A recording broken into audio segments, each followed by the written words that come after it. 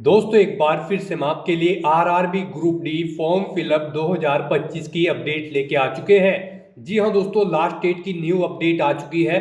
केवल एक दिन शेष रह गया है आवेदन करने का। कल इसकी लास्ट डेट है। आप जल्द से जल्द अपना फॉर्म फिल कर ले, कहीं मौका हाथ से छूट ना जाए। Railway recruitment board Indian railway की ओर से नया नोटिफिकेशन रिलीज किया गया था ग्रुप डी के लिए। ग्रुप डी के लिए 32,438 वैकेंसीज निकली हुई है, जिसके लिए आप ऑनलाइन आवेदन 1 मार्च 2025 तक कर सकते हो। सुनहरा और अंतिम मौका है आवेदन करने का। आप जल्द से अपना फॉर्म फिल कर ले। 10वीं पास कैंडिडेट आवेदन कर सकते हैं। ऑल ओवर इंडिया से मेल फीमेल दोनों कैंडिडेट आवेदन कर सकते हैं। इस वीडियो में हम आपको कंप्लीट जानकारी दिखाएंगे। फॉर्म फिल करते समय आपको कोई भी गलती या फिर मिस्टेक नहीं करनी होगी, नहीं तो आपके एप्लीकेशन फॉर्म रिजेक्ट हो सकते हैं। अप्लाई ऑनलाइन करते समय आपको कुछ महत्वपूर्ण बातों का ध्यान रखना होगा, तभी आपके एप्लीकेशन फॉर्म सक्सेसफुली सबमिट हो पाएंगे। और आवेदन करते समय आपको फोटोग्राफ, सिग्नेचर डॉक्यूमेंट कैसे और कितने केबी में अपलोड करने होंगे, कंप्लीट जानकारी हम आपको इस वीडियो में प्रोवाइड कराएंगे। साथ ही साथ आवेदन करते समय आपको कैसे अपना सेफ जोन सिलेक्ट करना होगा, किस जोन में आप अप्लाई कर सकते हो, क्या आपकी पोस्ट प्रेफरेंस रहेगी, कैसे आप पोस्ट प्रेफरेंस दे सकते हो। स्टेप बाय स्टेप कंप्लीट जानकारी हम आपको इस वीडियो में देंगे। तो स्टेप बाय स्टेप आपको ये वीडियो शुरू से लेके एंड तक बिना स्किप किए हुए देखनी होगी। इस वीडियो को कंप्लीटली देखने पर ही आपके सभी सवाल और डाउट क्लियर होंगे। तो चलिए दोस्तों, बिना कोई वक्त कमाए शुरू करते हैं RRB group D online form 2025 की पूरी जानकारी। फॉर्म भरने से पहले आपको सबसे पहले हमारी वेबसाइट आईएनटी सरकारी नौकरी के इस पेज पर विजिट करना होगा, जिसका लिंक आपको नीचे description plus first comment box में मिल जाएगा। और हमारे इस पेज पर विजिट करके आप यहां से आरआरबी ग्रुप डी का ऑनलाइन फॉर्म फिल कर सकते हो।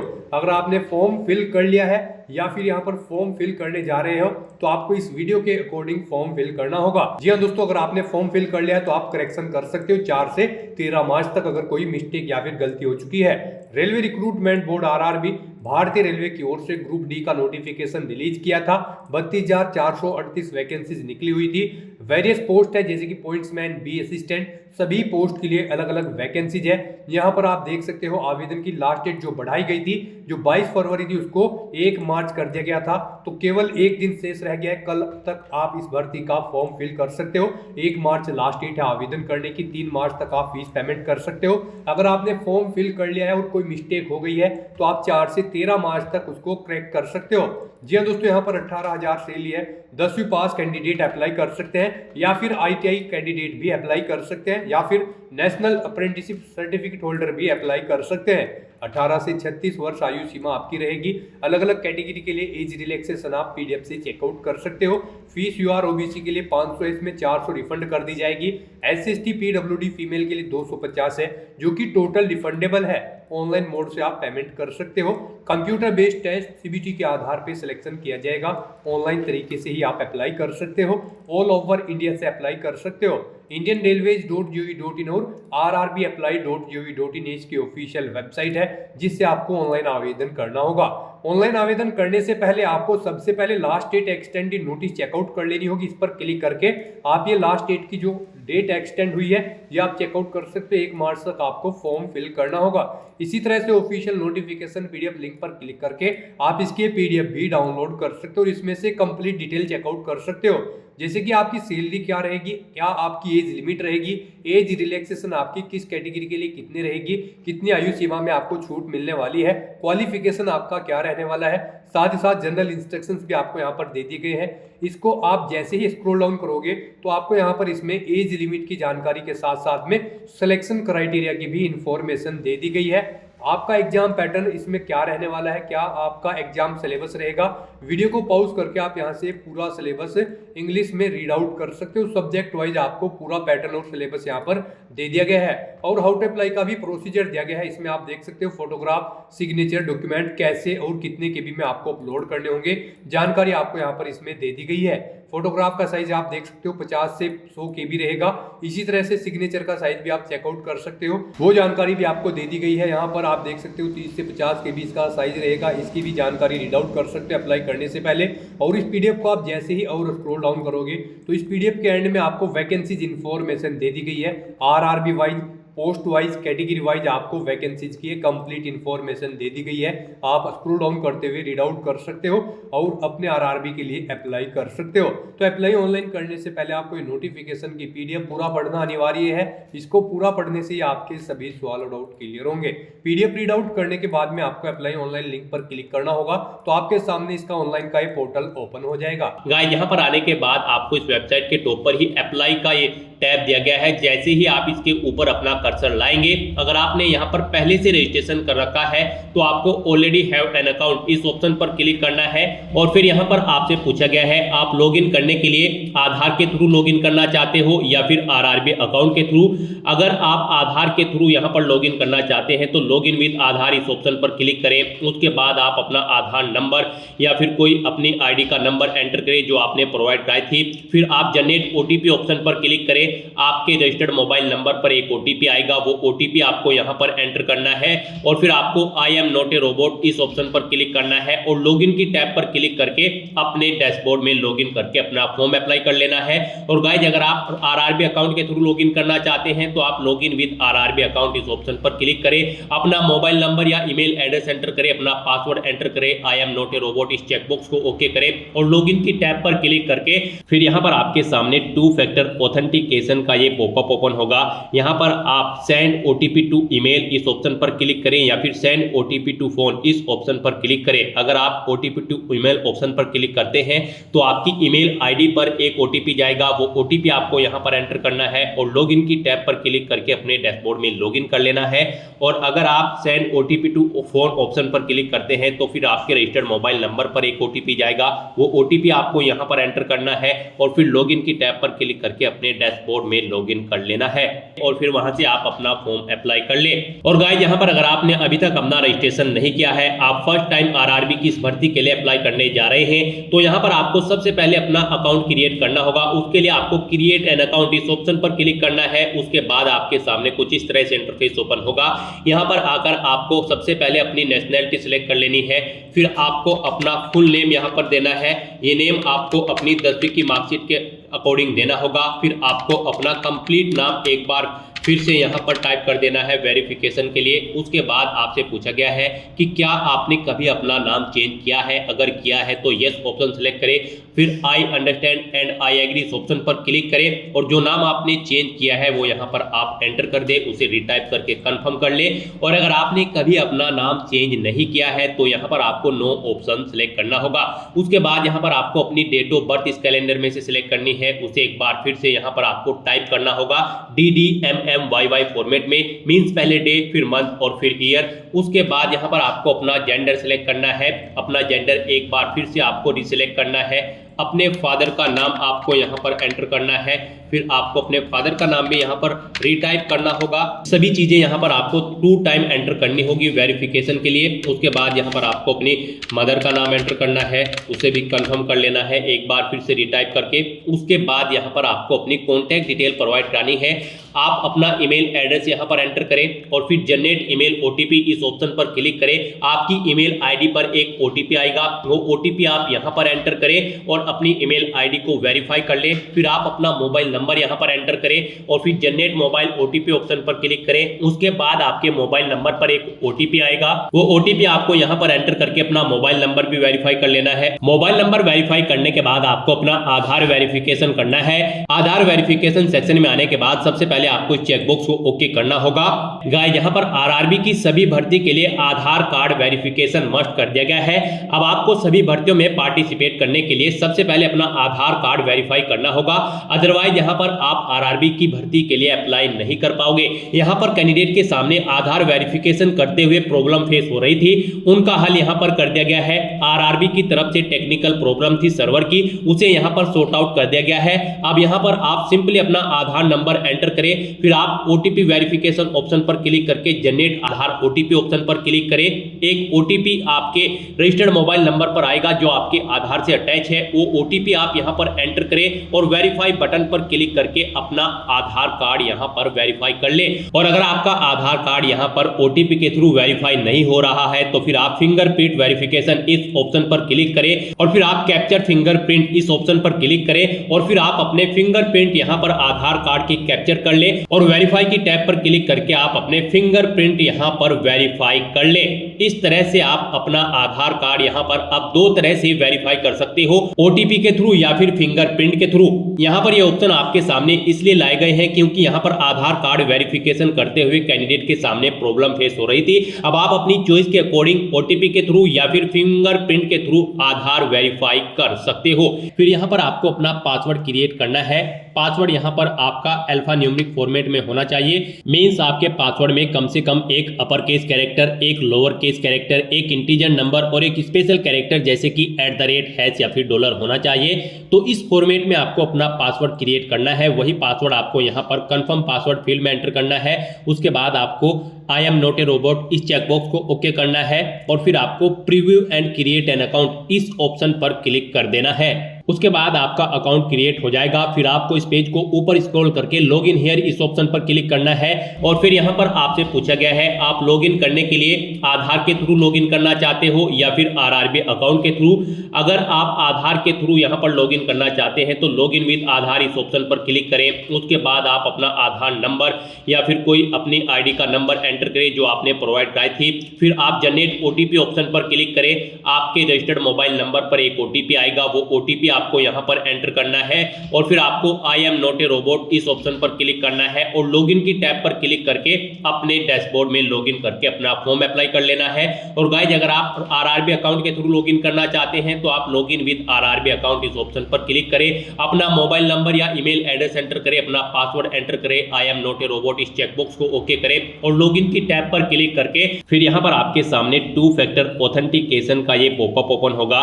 यहां पर आप सेंड OTP टू ईमेल इस ऑप्शन पर क्लिक करें या फिर सेंड OTP टू फोन इस ऑप्शन पर क्लिक करें। अगर आप OTP टू ईमेल ऑप्शन पर क्लिक करते हैं तो आपकी ईमेल ID पर एक OTP जाएगा, वो OTP आपको यहां पर एंटर करना है और लॉगिन की टैब पर क्लिक करके अपने डैशबोर्ड में लॉगिन कर लेना है। और अगर आप send OTP to phone option पर क्लिक करते हैं तो फिर आपके रजिस्टर्ड मोबाइल नंबर पर एक OTP जाएगा, वो OTP आपको यहां पर एंटर करना है और फिर लॉगिन की टैब पर क्लिक करके अपने डैशबोर्ड में लॉगिन कर लेना है और फिर वहां से आप अपना फॉर्म अप्लाई कर ले। लॉगिन करने के बाद आपका डैशबोर्ड कुछ इस तरह से शो होगा। इसमें आपको ऑनलाइन एप्लीकेशन की टैब पर क्लिक कर देना है। उसके बाद यहां पर आपके सामने कुछ इस तरह से इंटरफेस ओपन होगा। अब यहां पर आपको CN 8/2024 various post in level 1 of 7 CPC पे मैट्रिक्स के सेक्शन में आना है। यहां पर ये ग्रुप डी की 32,438 पोस्ट के लिए वैकेंसी है। तो यहां पर आकर आपको सबसे पहले अपना कोई बोर्ड सेलेक्ट कर लेना है जिस बोर्ड में आप अप्लाई करना चाहते हैं। तो यहां पर आप अपना बोर्ड सेलेक्ट करने के बाद इस चेकबॉक्स को ओके करें और फिर नेक्स्ट ऑप्शन पर क्लिक कर दें। नेक्स्ट आपके सामने आपका एप्लीकेशन फॉर्म ओपन हो जाएगा। यहाँ पर कुछ चीज़ें आपकी ऑटोमेटिकली फिल कर ली गई है आपकी रजिस्ट्रेशन डिटेल से जो आपने रजिस्ट्रेशन में प्रोवाइड कराई थी। अब यहाँ पर आपको अपना मैरिटल स्टेटस सेलेक्ट करना है, अपना रिलीजन सेलेक्ट करना है, अपनी मातृभाषा आपको सेलेक्ट कर लेनी है। फिर यहाँ पर एग्जामिनेशन आप किस लैंग्वेज में चाहते हैं वो भाषा आप सेलेक्ट करें। फिर आपकी बॉडी पर कहीं कोई कट या तिल का निशान है तो उस पैलेस का नाम एंटर कर दें। फिर आप एक और पैलेस का नाम एंटर कर सकते हैं अगर आपकी बॉडी पर एक से ज़्यादा जगह कोई चिन्ह है। अगर नहीं है तो यहाँ पर आप नो मार्क एंटर कर दें। उसके बाद यहाँ पर आपको अपनी कम्युनिटी सेलेक्ट कर लेनी है। फिर यहाँ पर आपको अपनी कास्ट का नाम एंटर करना है। अपना अगर आप रिजर्व कैटेगरी से बिलोंग करते हो तो यहाँ पर आपको अपना कम्युनिटी सर्टिफिकेट नंबर एंटर करना है। फिर आपको ये सर्टिफिकेट किसने प्रोवाइड कराया है उस पोस्ट की डेजिग्नेशन की अथॉरिटी का नाम आपको सिलेक्ट कर लेना है। फिर कौन से स्टेट में इशू हुआ है वो स्टेट आपको सिलेक्ट कर लेना है। कम्युनिटी सर्टिफिकेट आपका किस डेट को इशू हुआ है वो डेट आपको कैलेंडर में से सिलेक्ट कर लेनी है। फिर यहाँ पर आपसे पूछा गया है कि क्या आप रेलवे की इस एग्जाम के लिए फ्री ट्रेवल पास चाहते हैं। अगर चाहते हैं तो यस करें, नहीं तो नो ऑप्शन सेलेक्ट करें। फिर अपने नियरेस्ट रेलवे स्टेशन का नाम आप एंटर करें। फिर यहाँ पर आपको अपना कास्ट सर्टिफिकेट अपलोड कर देना है। आप अपलोड डॉक्यूमेंट ऑप्शन पर क्लिक करें, फाइल को सिलेक्ट करें और उसे यहाँ पर अपलोड कर दें। आपकी फाइल का मैक्सिमम साइज 500 KB रखा गया है। PDF फॉर्मेट में आपकी फाइल होनी चाहिए। उसके बाद यहाँ पर आपको अपना एड्रेस की डिटेल देनी है। आप अपना प्रेजेंट एड्रेस एंटर करें, फिर परमानेंट एड्रेस एंटर करें और अगर आपका परमानेंट एड्रेस आपके प्रेजेंट एड्रेस के अकॉर्डिंग सेम है तो यहाँ पर आप इस चेकबॉक्स को ओके कर दें, ऑटोमेटिकली आपका परमानेंट एड्रेस आपके प्रेजेंट एड्रेस के अकॉर्डिंग फिल हो जाएगा। इस तरह से अपनी सभी डिटेल्स फिल आउट करने के बाद अब आपको सेव के इस बटन पर क्लिक करना है, अपनी सभी डिटेल्स सेव कर देनी है और फिर आपको नेक्स्ट बटन पर क्लिक कर देना है। अब यहाँ पर आपको अपनी कुछ और डिटेल्स प्रोवाइड करानी है। यहाँ पर आपसे पूछा गया कि क्या आप ई सर्विसमैन हैं, अगर हैं तो यस ऑप्शन सेलेक्ट करें और फिर अपनी डिटेल्स यहाँ पर दे, जैसे कि आप किस में ई सर्विसमैन थे, आर्मी, नेवी या एयरफोर्स, अपनी रैंक एंटर करें। और अगर आप ई सर्विसमैन नहीं थे तो यहाँ पर आपको नो ऑप्शन सेलेक्ट करना है। उसके बाद आपसे पूछा गया कि क्या आप बेंचमार्क डिसेबिलिटी PWBD कैंडिडेट हैं, अगर है तो यस ऑप्शन सेलेक्ट करें और फिर अपनी डिसेबिलिटी की डिटेल यहाँ पर दे, डिसेबिलिटी की कैटेगरी सेलेक्ट करें, सब कैटेगरी सेलेक्ट करें, परसेंटेज ऑफ डिसेबिलिटी दे, नेचर ऑफ डिसेबिलिटी दे और PWBD सर्टिफिकेट नंबर यहाँ पर दें और आपको इशू कब हुआ था वो सर्टिफिकेट की डेट सेलेक्ट करें। और अगर आप यहाँ पर PWBD कैंडिडेट नहीं हैं तो यहाँ पर आपको नो ऑप्शन सेलेक्ट करना है। फिर आपसे पूछा गया कि क्या यहाँ पर आपकी राइटिंग एबिलिटी अफेक्टेड है, अगर है तो यस करें और फिर उसकी डिटेल दें, नहीं है तो आप नो ऑप्शन सेलेक्ट कर ले। उसके बाद आपसे पूछा गया कि क्या आप EBC सर्टिफिकेट होल्डर हैं, अगर हैं तो यस करें और फिर यहाँ पर आप उसकी डिटेल दें, नहीं है तो आप नो ऑप्शन सेलेक्ट कर लें। फिर आपसे पूछा गया कि क्या आप इंडियन रेलवे के एम्प्लॉय हैं, अगर हैं तो यस सेलेक्ट करें और फिर उसकी डिटेल दें, नहीं है तो आप नो ऑप्शन सेलेक्ट कर लें। फिर आपसे पूछा गया कि क्या आप करंट में एम्प्लॉय हैं, अगर हैं तो आप यहाँ पर ऑप्शन सेलेक्ट करें, सेंट्रल गवर्नमेंट के हैं, स्टेट गवर्नमेंट के या फिर PSU के, अगर नहीं है तो आपको नॉट एप्लीकेबल ऑप्शन सेलेक्ट कर लेना है। उसके बाद यहाँ पर आपको अपनी ACT अप्रेंटिस की डिटेल प्रोवाइड करानी है। यहाँ पर क्या आपने अपना ACT अप्रेंटिस का कोर्स किया हुआ है, अगर किया हुआ है तो यहाँ पर आप यस ऑप्शन सेलेक्ट करें, उसकी डिटेल दें, नहीं किया है तो आप नो ऑप्शन सेलेक्ट कर लें। यस अगर आप सेलेक्ट करते हैं तो फिर यहाँ पर आपको ट्रेड का नाम सेलेक्ट करना है, ट्रेनिंग आपने कब से स्टार्ट की है वो डेट सेलेक्ट करें, कब तक की है वो डेट सेलेक्ट करें, इनके अकॉर्डिंग यहाँ पर आपकी ट्रेनिंग का ड्यूरेशन आ जाएगा। अपने ACT अप्रेंटिस का जो सर्टिफिकेट है उसका नंबर दें, फिर यहाँ पर सर्टिफिकेट की डेट आप सेलेक्ट करें, वो कब तक वैलिड है, कितने मार्क्स आपने ऑब्टेन किए हैं वो आप एंटर करें, फुल मार्क्स कितने थे यानी कि टोटल कितने मार्क्स थे जिसमें से आपने मार्क्स ऑब्टेन किए हैं वो यहाँ पर आप एंटर करें। और उसके बाद यहाँ पर आपको अपनी बैंक डिटेल प्रोवाइड करनी है। यहाँ पर आपकी फीस रिफंड होगी। गाइज यहाँ पर अगर आप अनरिजर्व OBC कैंडिडेट हैं तो यहाँ पर आपको 500 रुपये फीस जमा करानी होगी, 400 रुपये रिफंड कर दी जाएंगे। SC ST PWD women candidate को 250 रुपये फीस जमा करानी होगी, पूरी की पूरी फीस उनकी यहाँ पर रिफंड कर दी जाएगी। तो यहाँ पर अब आपको अपनी बैंक डिटेल प्रोवाइड करानी है फीस रिफंड के लिए। यहाँ पर आप अपना अकाउंट होल्डर का नाम दें, फिर आप अपना बैंक अकाउंट नंबर एंटर करें, उसे कंफर्म कर लें, अपने बैंक का IFSC कोड एंटर करें और फिर यहाँ पर IFSC कोड के अकॉर्डिंग आपके बैंक का नाम और एड्रेस ऑटोमेटिकली यहाँ पर फिल हो जाएगा। इस तरह से अपनी सभी डिटेल्स फिल करने के बाद आपको सेव के इस बटन पर क्लिक करना है, अपनी सभी डिटेल्स सेव कर देनी है और फिर आपको नेक्स्ट ऑप्शन पर क्लिक कर देना है। नेक्स्ट यहाँ पर आपको अपनी एजुकेशनल क्वालिफिकेशन की डिटेल देनी है। गाइज RRB ग्रुप डी की इस भर्ती में पार्टिसिपेट करने के लिए आपका 10वीं क्लास पास आउट होना जरूरी है या फिर आपका ITI पास आउट होना जरूरी है या फिर इसके इक्विवेलेंट आपका नेशनल अप्रेंटिसशिप सर्टिफिकेट NAC जो कि ग्रांटेड हो NCVT से, वो किया होना जरूरी है इस भर्ती में पार्टिसिपेट करने के लिए। तो यहाँ पर आपको अपनी 10वीं क्लास की डिटेल सबसे पहले फिल करनी है।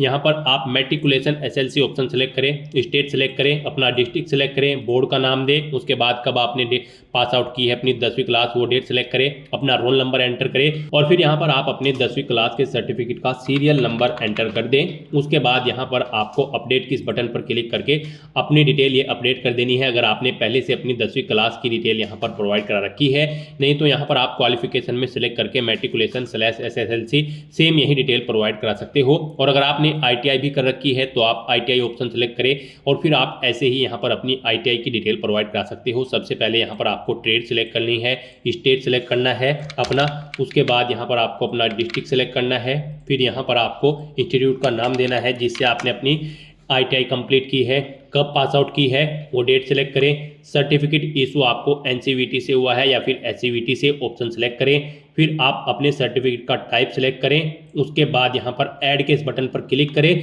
अपनी ITI की डिटेल्स आप ऐड कर दें। इस तरह से आपकी ITI की डिटेल ऐड हो जाएगी। और अगर आपने यहाँ पर NAC सर्टिफिकेट अप्रेंटिसशिप सर्टिफिकेट किया हुआ है तो यहाँ पर आप NAC ऑप्शन सेलेक्ट करें, फिर यहाँ पर आप अपनी ट्रेड सेलेक्ट करें, स्टेट सेलेक्ट करें, फिर आप अपना डिस्ट्रिक्ट सेलेक्ट करें। डिस्ट्रिक्ट सेलेक्ट करने के बाद यहाँ पर आप इंस्टीट्यूट का नाम दें जिससे आपने ये सर्टिफिकेट किया है, कब किया है वो डेट सेलेक्ट करें। सर्टिफिकेट इशू आपको NCVT से हुआ होगा तो ये आप ऑप्शन सेलेक्ट करें। सर्टिफिकेट का टाइप आप सिलेक्ट करें NAC और फिर ऐड के इस बटन पर क्लिक करके अपने सर्टिफिकेट की डिटेल को भी आप ऐड कर दें। इस तरह से अपनी क्वालिफिकेशन की डिटेल ऐड करने के बाद अब आपको नेक्स्ट ऑप्शन पर क्लिक करना है। उसके बाद आपके सामने यहाँ पर कुछ इस तरह से इंटरफेस ओपन होगा। अब यहाँ पर आपको अपना फोटो और सिग्नेचर अपलोड करने हैं। गाइस यहाँ पर आपका फोटो 50 KB से 100 KB के बीच में होना चाहिए। यहाँ पर इसकी हाइट 320 पिक्सल और विड्थ 240 पिक्सल होनी चाहिए और सिग्नेचर भी आपके यहाँ पर 30 KB से 50 KB के बीच में होने चाहिए। इनकी हाइट 60 पिक्सल और विड्थ 140 पिक्सल होनी चाहिए। ये डॉक्यूमेंट आपके JPG या फिर JPEG फॉर्मेट में होने चाहिए। यहाँ पर अगर आपका फोटो और सिग्नेचर बड़े या छोटे हैं तो आप गूगल में जाकर इमेज रिसाइजर का कोई भी वेबसाइट ओपन करके उसमें अपने डॉक्यूमेंट यहाँ पर आप ओके कर सकते हो और फिर उन्हें यहाँ पर आप अपलोड कर सकते हो। अपलोड करने के लिए आपको यहाँ पर ब्राउज के इस बटन पर क्लिक करना है और फाइल को सिलेक्ट करना है और उसे यहाँ पर आपको 1 बाय 1 करके अपना फोटो सिग्नेचर अपलोड कर देने हैं। गाइस इस सेक्शन में आपको दी गई गाइडलाइंस के अकॉर्डिंग अपने फोटो और सिग्नेचर अपलोड करने हैं, अदरवाइज यहाँ पर आपका एप्लीकेशन फॉर्म रिजेक्ट हो सकता है। जैसा कि हमने स्टार्टिंग में ही बताया था कि कौन सी वो कॉमन मिस्टेक है जिसे करने से आपके एप्लीकेशन फॉर्म रिजेक्ट हो सकते हैं, तो इसी सेक्शन की वो मिस्टेक है। इस सेक्शन में अगर आप मिस्टेक करोगे, दी गई गाइडलाइन के अकॉर्डिंग अगर आप अपने डॉक्यूमेंट अपलोड नहीं करोगे फोटो और सिग्नेचर, तो आपका एप्लीकेशन फॉर्म यहाँ पर रिजेक्ट हो सकता है। तो इस तरह से अपना फोटो सिग्नेचर यहाँ पर अपलोड करने के बाद आपको सेव के इस बटन पर क्लिक करना है, इन्हें सेव कर देना है और फिर आपको नेक्स्ट ऑप्शन पर क्लिक कर देना है। नेक्स्ट आपके सामने कुछ इस तरह से इंटरफेस ओपन होगा। यहाँ पर आप जिस पोस्ट के लिए एलिजिबल हैं आपको यहाँ पर वो शो कर दी गई है। मान लीजिए आप यहाँ पर किसी और पोस्ट के लिए अप्लाई करना चाहते हैं तो फिर आपको अपना RRB चेंज करना होगा स्टार्टिंग में ही। यहाँ पर जिस RRB को आपने सिलेक्ट किया है और आपकी एलिजिबिलिटी के अकॉर्डिंग यहाँ पर आपको पोस्ट शो कर दी गई है। आप इस पोस्ट पर एलिजिबल है अप्लाई करने के लिए। ये पोस्ट आपके RRB और एलिजिबिलिटी के अकॉर्डिंग यहाँ पर शो होगी। अगर आप और पोस्ट के लिए अप्लाई करना चाहते हैं तो फिर आपको अपना RRB चेंज करना है और अपनी क्वालिफिकेशन उसके अकॉर्डिंग देनी है, फिर आपको यहाँ पर वो पोस्ट भी शो कर दी जाएंगी। तो यहाँ पर अब आपको अपना पोस्ट सेलेक्ट कर लेनी है। यहाँ पर आप प्लस के इस बटन पर क्लिक करें और इसे इस सेकंड कॉलम में ऐड कर दें। यहाँ पर आप प्रेफरेंस भी सेट कर सकते हैं। अगर आप मल्टीपल पोस्ट यहाँ पर आपके सामने आती है तो आप उन्हें यहाँ पर जिस पोस्ट को पहले नंबर पर प्रेफरेंस देना चाहते हैं उसे पहले सेलेक्ट करें और यहाँ पर ऐड कर दे। जिसे सेकंड देना चाहते हैं उसे सेकंड नंबर पर सेलेक्ट करके इधर ऐड कर दे। तो इस तरह से आप यहाँ पर आप अपनी पोस्ट प्रेफरेंस दे सकते हैं। फिर आपको इस पेज को नीचे स्क्रॉल करना है, इस चेकबॉक्स को ओके करना है। फिर यहाँ पर आपको इस चेकबॉक्स को ओके करना है, अपना पैलेस यहाँ पर एंटर करना है और फिर आपको सेव के इस बटन पर क्लिक करके अपनी सभी डिटेल्स सेव कर देनी है और फिर आपको प्रीव्यू एप्लीकेशन इस ऑप्शन पर क्लिक कर देना है। नेक्स्ट आपको आपके एप्लीकेशन फॉर्म का पूरा प्रीव्यू शो कर दिया जाएगा। आपको सभी डिटेल्स केयरफुली चेकआउट करनी है, पेज को नीचे स्क्रॉल करना है। यहाँ पर आप अगर कोई मिस्टेक पाते हो तो आप एडिट बटन पर क्लिक करके अपने फॉर्म को एडिट कर ले, नहीं तो आपको चेकबॉक्स को ओके करना है और सबमिट बटन पर क्लिक कर देना है। फिर आपके सामने पॉपअप आएगा। यहाँ पर अगर आप अब एक बार फिर से सबमिट कर देंगे तो फिर आप यहाँ पर एडिट नहीं कर पाओगे अपने एप्लीकेशन फॉर्म में। इसका नोटिस आपको दे दिया गया है। यहाँ पर सभी चीजें ओके हैं तो आपको सबमिट बटन पर दोबारा से क्लिक कर देना है। यहाँ पर आपका एप्लीकेशन फॉर्म सक्सेसफुली सबमिट हो चुका है। अब यहाँ पर आपको अपना फीस पेमेंट करना है। फॉर्म आपका फीस पेमेंट के बाद ही कंसिडर किया जाएगा। तो यहाँ पर आपको 250 रुपये फीस के रूप में जमा कराने हैं। ये फीस का अमाउंट आपकी कैटेगरी के अकॉर्डिंग शो होगा। अगर आप अनरिजर्व OBC कैंडिडेट है तो 500 रुपये शो होगा। SC ST PWD women candidate हैं तो आपको 250 रुपये फीस के रूप में यहाँ पर जमा कराने होंगे। तो यहाँ पर अब आपको पे विद SBI ePay इस ऑप्शन पर क्लिक करना है। यहाँ पर इस चेकबॉक्स को ओके करना है, प्रोसीड बटन पर क्लिक कर देना है। उसके बाद आपको फीस पेमेंट के इंटरफेस पर डायरेक्ट कर दिया जाएगा। गाइस यहाँ पर आप debit card, credit card, net banking या फिर UPI के थ्रू अपना फीस पेमेंट कर सकते हो। UPI ऑप्शन अगर आप सेलेक्ट करते हो तो फिर यहाँ पर आपके पास अगर अपनी UPI ID है तो आप एंटर करके अपना फीस पेमेंट कर दे। अगर नहीं है तो फिर आप UPI QR ऑप्शन पर क्लिक करें। यहाँ पर आपको आपका एक QR कोड प्रोवाइड कराया जाएगा, आप उसको स्कैन करके अपना फीस पेमेंट कर सकते हैं। फीस पेमेंट करने के बाद आपका फॉर्म कंसीडर हो जाएगा। उसके बाद आप अपने डैशबोर्ड में जाकर अपने फॉर्म का स्टेटस चेकआउट कर सकते हो और उसका एक हार्ड कॉपी प्रिंट आउट ले लें फ्यूचर यूज के लिए, फ्यूचर रेफरेंस के लिए। तो दोस्तों ऐसे आप RRB ग्रुप D 32,438 पोस्ट के लिए अपना फॉर्म अप्लाई कर सकते हो बिना कोई मिस्टेक किए हुए। आज की इस वीडियो में बस इतना ही। आई होप ये वीडियो आपको पसंद आई होगी। अगर पसंद आई हो तो इसे लाइक और शेयर करें। चैनल पर नए हो तो इसे सब्सक्राइब कर लें। Thanks for watching.